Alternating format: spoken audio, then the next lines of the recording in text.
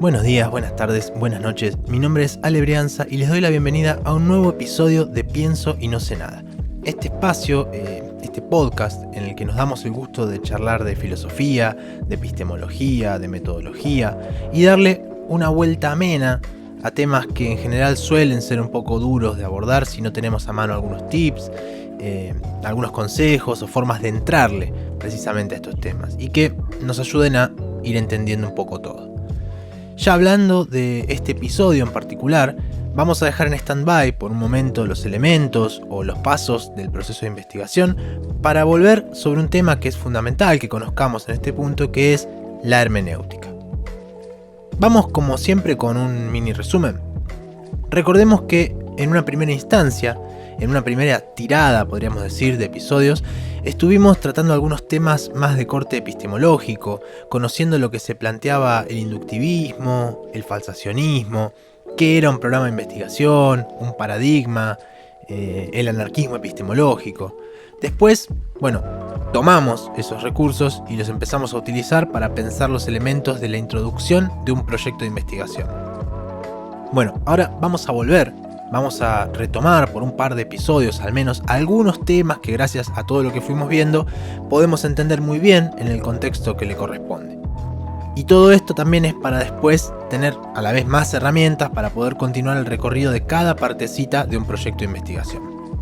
Entonces, ahora sí, sabiendo esto, vamos a avanzar y dedicarle este episodio, como decíamos hace un ratito, a la hermenéutica, que se va a sumar a la caja de herramientas epistemológicas, podríamos decir en un principio, aunque mientras lo decía ya lo pensaba, que también va a ser una herramienta metodológica y de hecho bastante importante, sobre todo para las humanidades, las artes y las ciencias sociales en general. Ya vamos a ver por qué. Y por supuesto, para poder volver sobre estos temas que continúan de una u otra manera los episodios pasados, vamos a tener que tener frescas estas cuestiones, estas formas de entender a la ciencia, las tensiones que existían o existen entre las distintas perspectivas, porque como siempre, por más que vayamos dividiendo los contenidos en lo que cada episodio en sí mismo se trata, nunca tenemos que perder de vista que son las partes de un todo, que es la epistemología en un sentido amplio, en un sentido general, ¿no? La historia de la ciencia o la filosofía, según de qué estemos hablando en ese episodio. Y de hecho, antes de meternos de lleno, y como siempre decimos en este momento, sea por donde sea que estén escuchando, si YouTube, Spotify o cualquiera de las plataformas de podcast, primero que en lo posible no se olviden de suscribirse al canal, de dar follow y darle a la campanita para que les lleguen los episodios nuevos. Y después, esto que decíamos recién, que es una invitación a hacer el recorrido completo de los episodios pasados para no quedarse afuera de ninguna referencia cruzada ni de ningún tema que estemos trayendo a este episodio en particular. Bien, los textos. En relación a los textos en los que nos vamos a apoyar en este episodio, vamos a estar usando en principio 3, que son el ya querido Búho de Minerva, de Rafael Echeverría, que le dedica el capítulo 16 precisamente a la hermenéutica. Después de un libro que compiló Esther Díaz, que se llama La Posciencia, y que es muy recomendable todo el libro. De este texto vamos a tomar un capítulo de Enrique Moralejo que se titula La problemática de las humanidades y la hermenéutica, y que narra de una manera muy específica las instancias históricas, podríamos decir, de la hermenéutica. Enrique, el autor del texto, es profe de filosofía en la Universidad de Buenos Aires. Y por último vamos a hacer una breve mención a un libro que se llama El Giro Hermenéutico, de Hans Gadamer, que el libro en sí mismo es una compilación que hace el propio Gadamer de distintos escritos que ya tiene, con lo cual si lo consultan, lo importante en la forma de usar este libro es ver de qué año es el texto que estemos consultando, que estemos leyendo, como para ubicarnos en un plano histórico más general y saber en sí mismo qué es lo que estamos leyendo. Bien, me gustaría comenzar a hablar de la hermenéutica poniendo sobre la mesa las raíces etimológicas de la palabra. Y es que las raíces del término hermenéutica nos llevan a dos vocablos griegos que son hermenewein y hermeneia, y que remiten al acto de la interpretación. También podemos reconocer en la raíz de estas palabras la referencia al dios Hermes, que es a quien, no casualmente, los griegos le otorgaban el descubrimiento del lenguaje y la escritura, que son las herramientas que no solo nos ayudan a entender el sentido de las cosas, sino también el hecho de poder comunicárselo a alguien más. Y en este punto también nos viene bien recordar que es el mismo Hermes al que se le atribuía la función de transmutar lo que está más allá del entendimiento humano. Y cuando decimos transmutar, decimos convertirlo, transformarlo a otros formatos accesibles para la comprensión de la humanidad. Con lo cual, Hermes era considerado una especie de traductor, ¿sí? Como un intermediario entre Dios y los simples mortales, tratando de evitar malentendidos. Y esto de la intermediación entre Dios y lo terrenal, podríamos decir, no es algo menor. Pegamos un salto, de la Grecia clásica a los siglos XV, XVI, al Renacimiento, donde si escarbamos en los temas que vimos antes cuando repasamos esta época, encontrábamos a la reforma de la Iglesia como un gran hito, al humanismo, ¿se acuerdan? Bueno, acá la hermenéutica se desarrolla en torno a la exégesis de las escrituras sagradas. La palabra exégesis significa estrictamente extraer el significado de un texto dado, ¿sí? Extraer el significado de un texto dado. Y si pensamos en esta función en relación a lo que comentamos de intermediar entre Dios y lo terrenal para evitar malentendidos, todo nos va cerrando espectacularmente espectacular. Ahora, si pegamos otro salto hasta el siglo XVIII, ya nos vamos a encontrar con una forma evolucionada de la hermenéutica, o mejor dicho, con ciertos personajes que van a retomar el espíritu, y a propósito digo espíritu porque va a ser una palabra clave, ahora vamos a ver, con ciertos personajes que van a retomar el espíritu de la interpretación, pero que la van a poner al servicio de la historia y de la sociología. El último salto, a grandes rasgos, es en el siglo XX, donde ya sí la encontramos estrechamente relacionada a la filosofía, incorporado a algunos modelos, a algunas metodologías de investigación, podríamos decir, y que en definitiva es el punto en el que más nos vamos a interesar, pero sin descuidar el resto. Así que, hecho este mini panorama, vamos a meternos de lleno, ahora sí, en la raíz de la hermenéutica. Y es que, a este punto, las ciencias naturales se habían desarrollado aceptando la existencia de la objetividad, y que, en ese plan, uno podía mantenerse limpio respecto a cualquier perspectiva histórica posible. Y la hermenéutica, ya entendiéndola desde esta posición superadora a la de las lecturas sagradas, ¿no? Ya pensándola como una herramienta cercana a los temas que tratamos, la hermenéutica va a representar una opción diferente a este enfoque de las ciencias naturales, porque cuando el objeto de estudio no era un objeto natural, sino un texto, una pieza artística, por ejemplo, ahí la matriz ontológica sujeto-objeto generaba algunos problemas, y esa objetividad pretendida entraba en crisis. Ya habíamos hablado en episodios pasados de esta problemática y que era lo troncal en tanto entendíamos a la ciencia como una práctica social. Si quieren repasar pueden volver al episodio 10, que es el de los programas de investigación, que ahí sale a flote esto también. Como siempre, abrimos el juego para quien tenga curiosidad por tener fresquito los temas que siempre vuelven, ¿no? Pero para no irnos por las ramas, estábamos en que cuando el objeto era un texto o una pieza artística, por ejemplo, la objetividad pretendida entraba en crisis.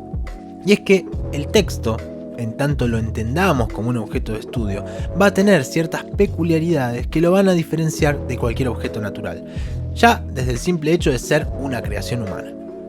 Y comprender una creación humana tiene otras complejidades. Hay un sentido que ya no necesariamente va a ser unívoco, que no necesariamente va a ser independiente de una mirada histórica, no.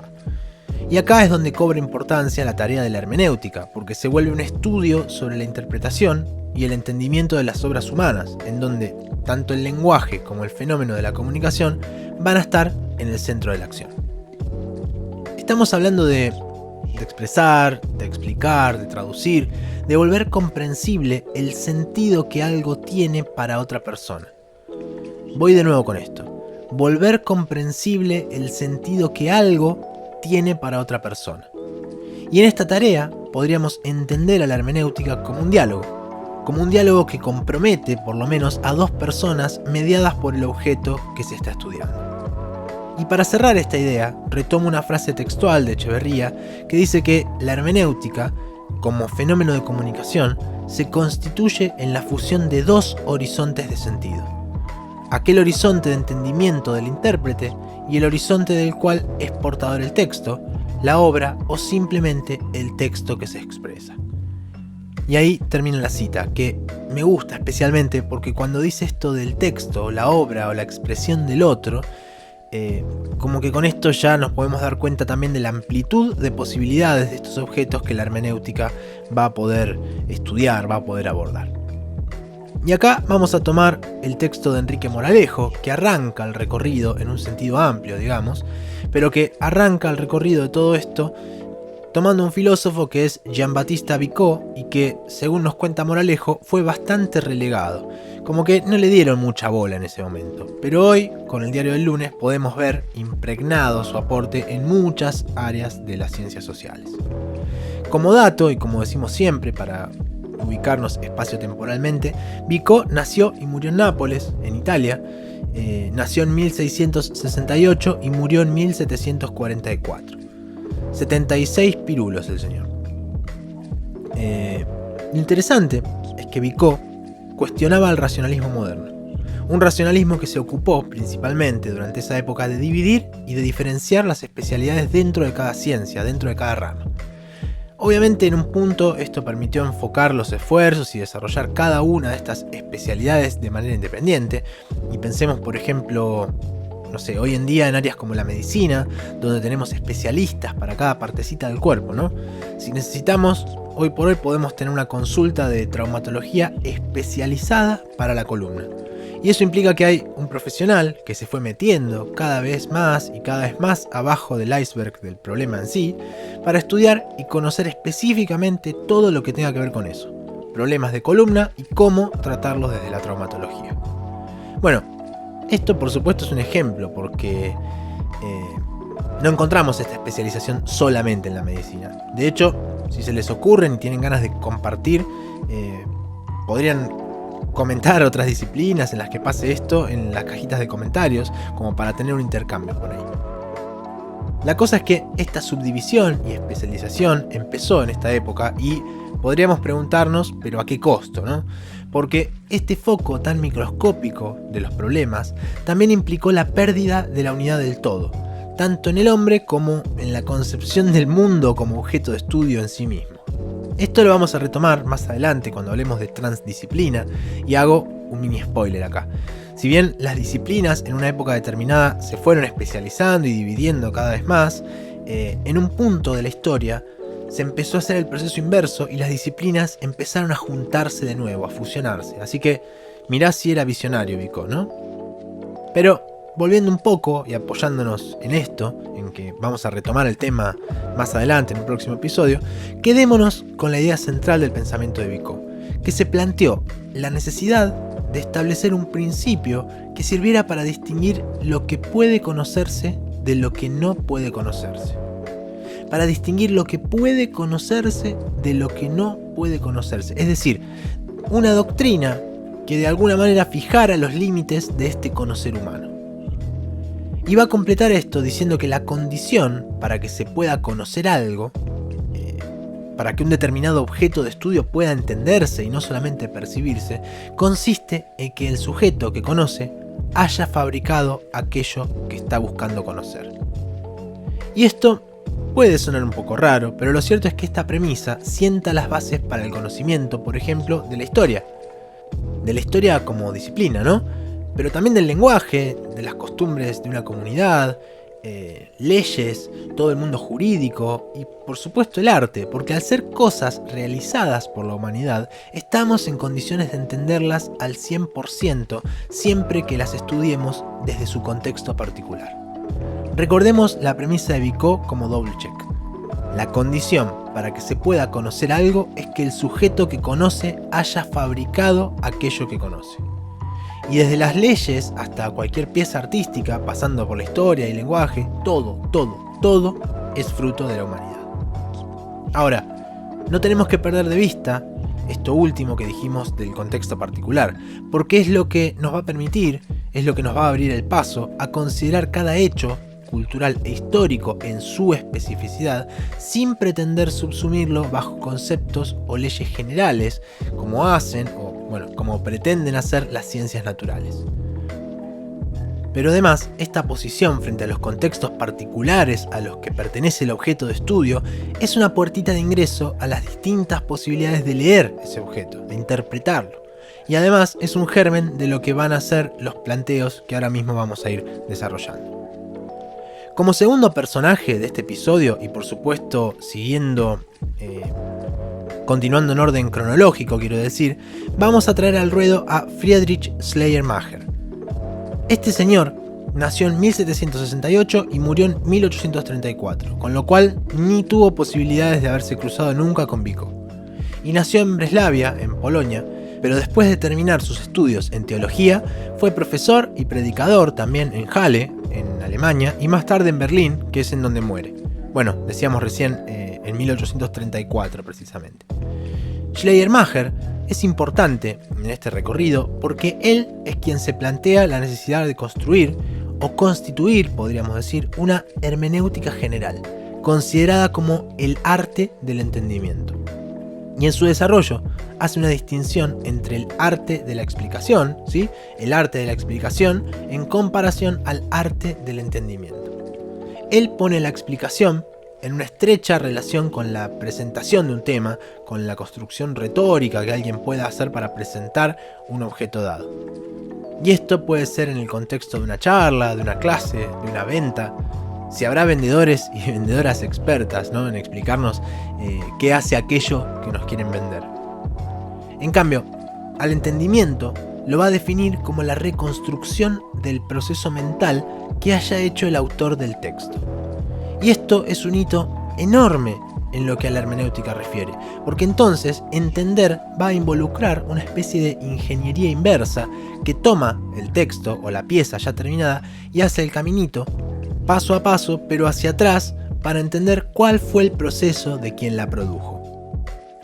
Para quien no tenga conocimiento de lo que es la ingeniería inversa, o también, se le llama retroingeniería, para definirla brevemente, me gusta pensar en la tarea del arqueólogo, que, en una excavación puede llegar a descubrir una pieza, pero darse cuenta que fue creada con un proceso de fabricación que en principio desconoce.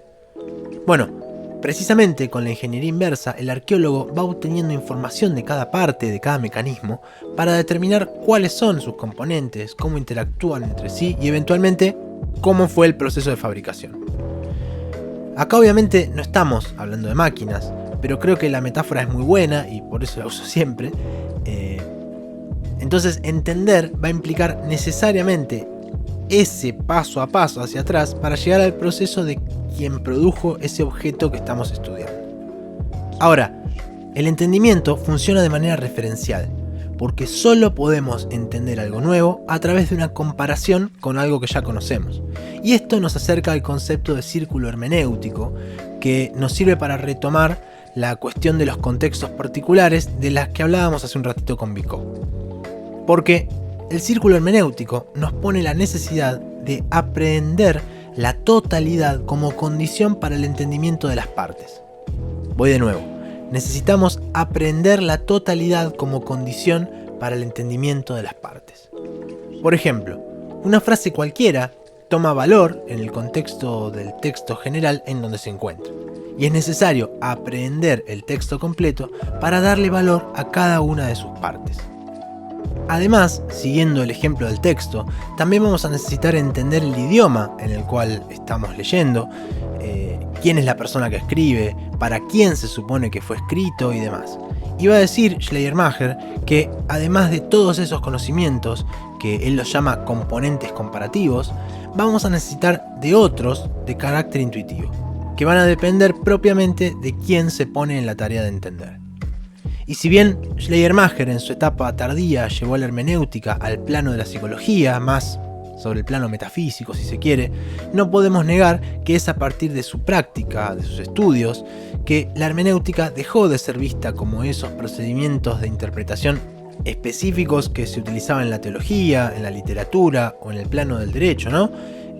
La hermenéutica dejó de ser vista como algo exclusivo de estas áreas para ser reconocida como una herramienta para entender cualquier expresión del lenguaje.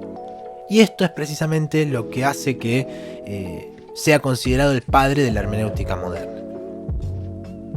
Nuestra siguiente parada en este episodio es sobre los aportes de Wilhelm Dilthey. Y una vez más les tiro una mini reseñita para ubicarnos. Dilthey nació en Biebrich, que es un pueblito alemán que está a orillas del Rin. Nace en el año 1833 y muere en 1911. Era hijo de un pastor protestante y un poco, por continuar esta línea, es que arranca estudiando teología, y por si ya se lo están imaginando, sí, así es que llega a conocer la obra de Schleiermacher, cosa que lo marca de por vida y lo mete en todo el cuento de la hermenéutica. Y otro dato de color, Dilthey era fan de Schleiermacher, pero fan, al punto de ser él quien escribió su biografía, o bueno, una parte, porque precisamente Dilthey muere cuando estaba trabajando en un segundo tomo, en una segunda parte de esa biografía. Pero bueno, volvamos otra vez para no irnos por las ramas. Dilthey va a rechazar también la idea de fundar un conocimiento sobre lo humano siguiendo los métodos de las ciencias naturales. Y en ese planteo, él dice que va a ser la experiencia concreta el punto de partida para desarrollar lo que él llama las ciencias del espíritu o ciencias del hombre. Su premisa es que la vida debe ser entendida a partir de la propia experiencia de la vida. Y es por eso que las ciencias humanas no pueden pretender la comprensión de la vida a través de categorías que sean externas a ella. Las categorías tienen que ser intrínsecas, es decir, derivadas de la vida misma. Y en este contexto, el gran objetivo de Dilthey es precisamente desarrollar una metodología que sirva para el entendimiento de estas obras humanas, pero que a la vez esquive el reduccionismo y el mecanicismo con el que estaban construidas las ciencias naturales. Y a esta altura espero que ya les suene el concepto, porque lo central en el desarrollo de las ciencias del espíritu es el entendimiento. Porque mientras las ciencias naturales generan conocimiento a través de la explicación de la naturaleza, las ciencias del espíritu lo hacen, esperablemente, a través del entendimiento de la vida. Y acá encima se anima a chicanear. Polémico el Dilthey porque tira, también muy cercano a lo que planteaba Vico, que incluso las ciencias del espíritu, como son epistemológicamente anteriores a las de la naturaleza, las incluirían, es decir, pone a las ciencias naturales como parte de las ciencias humanas, porque según esta óptica, toda ciencia natural sería también un producto histórico y por lo tanto una creación del hombre. Polémico el Dilthey, ¿no? Bien, hay un tridente, un trinomio, una trupla, y esa palabra no existe, pero la acabamos de inventar y por lo tanto va a valer. En fin, una fórmula hermenéutica que propone Dilthey que cuenta con tres partes, que son la vida, la expresión y la comprensión. Vamos a ver de qué se trata y cómo lo podemos entender. Para Dilthey, la existencia se nos da en un primer momento desde afuera, por medio de expresiones, que serían hechos sensibles o fenómenos, palabras, sonidos, gestos, no sé, cosas que nos llegan por medio de los sentidos, ¿no?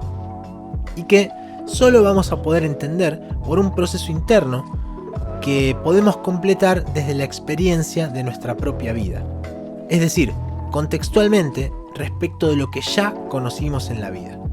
Y acá entra en juego la comprensión, que va a ser el mecanismo unificador en el que estas expresiones, entendidas como manifestaciones de vida, son revividas. Yo sé que puede resultar un poco enredado entender la relación entre estas tres partes, pero voy a tratar de repasarlo de la manera más simple posible y de paso en comparación con las ciencias naturales, que creo que nos ayudaría.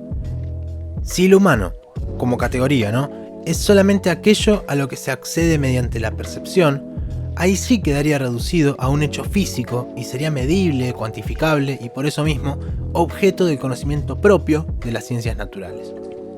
Ahora, en la medida en que los hechos humanos pueden ser revividos porque se expresan como manifestaciones de vida y se comprenden así, o sea, ya no son cuantificables ni medibles, ahí sí entra en juego esta conexión entre la vivencia, la vida humana, la expresión y la comprensión, que va a ser precisamente la vía por la que se manifiesta lo humano como objeto de las ciencias del espíritu. Y en esta dirección, Dilthey va a decir: solo la vida comprende a la vida, poniendo al sujeto como alguien que conoce, pero no solo que conoce, sino que conoce desde adentro. Y si abriéramos un poco el panorama, podríamos decir que hay un poco, o mucho, de semiótica en todo esto, ¿no? Donde podríamos entender esta tríada de Dilthey en función del signo, el intérprete y el interpretante. Pero para no embarrar la cancha ahora, para quien quiera ampliar por estas direcciones, puede retomar con el episodio de Ciencia y Lenguaje. Bien, como último tema de este episodio, y ya para ir haciendo un cierre, vamos a hablar un poquito del llamado giro hermenéutico, que es un concepto que fue planteado principalmente por Hans Gadamer. Gadamer es un filósofo alemán que, para ubicarnos también, nació en 1900 y murió en 2002. Por eso también lo traemos sobre el final, ¿no? Porque es la última vuelta de tuerca que vamos a hacer sobre este tema. Porque si tiramos un poquito más del piolín, del punto en que deja todo planteado Dilthey, ya saltaríamos a la contemporaneidad, donde esa comprensión que Dilthey relegaba a las ciencias del espíritu ahora puede ser extendida y puede ser aplicada a la totalidad de la experiencia de la vida y del mundo. Pero además, en este punto, ya no nos es posible volver a la antigua, entre comillas, comodidad de las teorías sociales que nos daban cierta seguridad aplicando principios absolutos y conceptos unívocos. Va a haber una suerte de camino obligado, que es el que viene planteando la hermenéutica hace tiempo y que tiene que ver con las condiciones de quien se pone en la tarea de conocer. Porque quien conoce, como venimos diciendo desde el principio, no va a ser un sujeto universal y absoluto, ahistórico, pulcro, despojado, tal como se lo pensaba tradicionalmente, sino que va a ser un ser finito, situado, sujeto a condiciones específicas, económicas, sociales y culturales en general. Haciendo un cruce, y hace un ratito nomás en el episodio dejábamos planteado este panorama desde lo que se trabajó en el episodio de los programas de investigación, ¿no? Que hablaba sobre los aportes de Lakatos. Así que, como siempre decimos, para quien quiera, por ahí pueden refrescar. En fin, que haya un giro hermenéutico implica eso mismo, implica entender que en todas las ciencias vamos a tener esta posibilidad de parar, de pensar en el contexto, de pensar quién dice lo que dice, desde dónde lo dice y desde qué posición lo dice, y llegar a otro tipo de conclusiones que contemplen estas circunstancias. Y es en esta forma de entender a la hermenéutica donde Gadamer abre el juego no solamente a las ciencias, sino también al arte, porque dice que siendo que en general estas disciplinas quedan marginadas de las metodologías tradicionales y son inalcanzables por medios científicos naturales, conformarían un auténtico campo de investigación para las humanidades. Es decir, el campo de estudio por excelencia. Y si bien hoy esto nos sirve de broche de cierre, no voy a dejar de mencionar que es algo que vamos a retomar cuando hablemos de investigación en artes, sobre todo por esta condición de ser inalcanzable por medio de los métodos tradicionales. Y con esto llegamos al momento de retomar, de recapitular, de mirar un poquito sobre todo lo que fuimos planteando durante el episodio, que considero que fue bastante, ¿no? Primero hablamos de los origins, de los orígenes de la hermenéutica, en tanto su etimología, el dios Hermes entendido como este traductor entre lo divino y lo humano, y las cuestiones relativas a la interpretación de los textos bíblicos y esos primeros usos que tuvo. Después visitamos las ideas de Jean-Baptiste Picot, que proponía que la condición para que se pueda conocer algo es que el sujeto que está conociendo haya fabricado aquello que está buscando conocer. Y desde las leyes hasta cualquier pieza artística, pasando por la historia y el lenguaje, todo, recordemos que es fruto de la humanidad. Después llegamos a Schleiermacher y agregamos esta concepción de ingeniería inversa, donde el acto de entender va a implicar necesariamente adentrarse en ese paso a paso hacia atrás para llegar al proceso mental de quien produjo ese objeto que estemos estudiando. Con Dilthey dimos un paso más, siendo que él pone como premisa que la vida debe ser entendida a partir de la propia vida, y que es por eso que las ciencias humanas no pueden pretender la comprensión de la vida a través de categorías o métodos que sean externos a ella. Y de ahí surge este tridente de ataque que está compuesto por la vida, la expresión y la comprensión, en función de operar, de entender y de dar explicación sobre lo humano. Al final sumamos a Hans Gadamer, que extendió los límites de la hermenéutica a todas las áreas de la vida, a todas las ciencias y además a las artes, diciendo que si nos fijamos bien, si nos contextualizamos, en cualquier pequeño acto podemos aplicar estas reglas de la hermenéutica e interpretar en relación al contexto. Y a ese fenómeno dijimos que lo llamábamos giro hermenéutico.